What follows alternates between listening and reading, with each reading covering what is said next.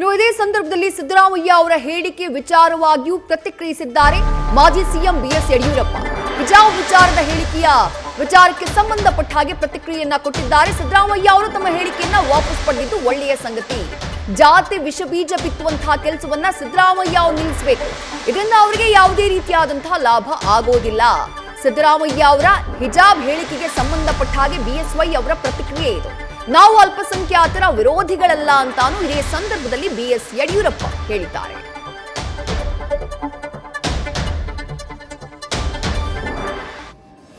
ಹಿಜಾಬ್ ಬಗ್ಗೆ ಮುಖ್ಯಮಂತ್ರಿ ಸಿದ್ದರಾಮಯ್ಯನವರು ನಮ್ಮೆಲ್ಲರ ಒತ್ತಾಯಕ್ಕೆ ಮಣಿದು ಕೊನೆಗೆ ಅವ್ರ ಹೇಳಿಕೆಯನ್ನು ವಾಪಸ್ ಪಡೆದಿರುವಂಥದ್ದು ತುಂಬ ಒಳ್ಳೆಯ ಸಂಗತಿ.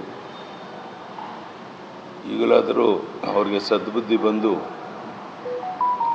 ನಾವು ಅಲ್ಪಸಂಖ್ಯಾತರ ವಿರೋಧಿಗಳಲ್ಲ, ಹಿಂದೂ ಮುಸ್ಲಿಂ ಕ್ರಿಶ್ಚಿಯನ್ ಎಲ್ಲರೂ ಒಂದೇ ತಾಯಿಯ ಮಕ್ಕಳಂತೆ ಬಾಳಬೇಕು ಅಂತ ಹೇಳುವಂಥ ಪಾರ್ಟಿ ಭಾರತೀಯ ಜನತಾ ಪಾರ್ಟಿ.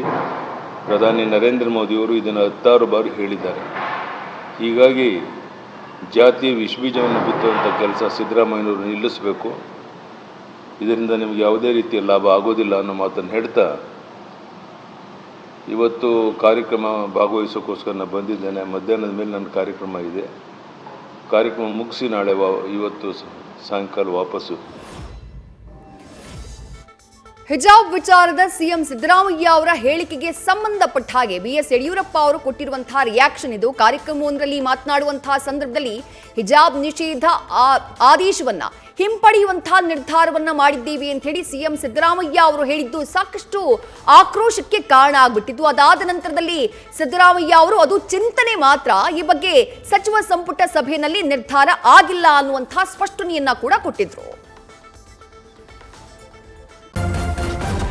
ನ್ಯೂಸ್ ಫಸ್ಟ್ ನಿರ್ಭೀತಿಯಿಂದ ನಿಮ್ಮ ಪರವಾಗಿ.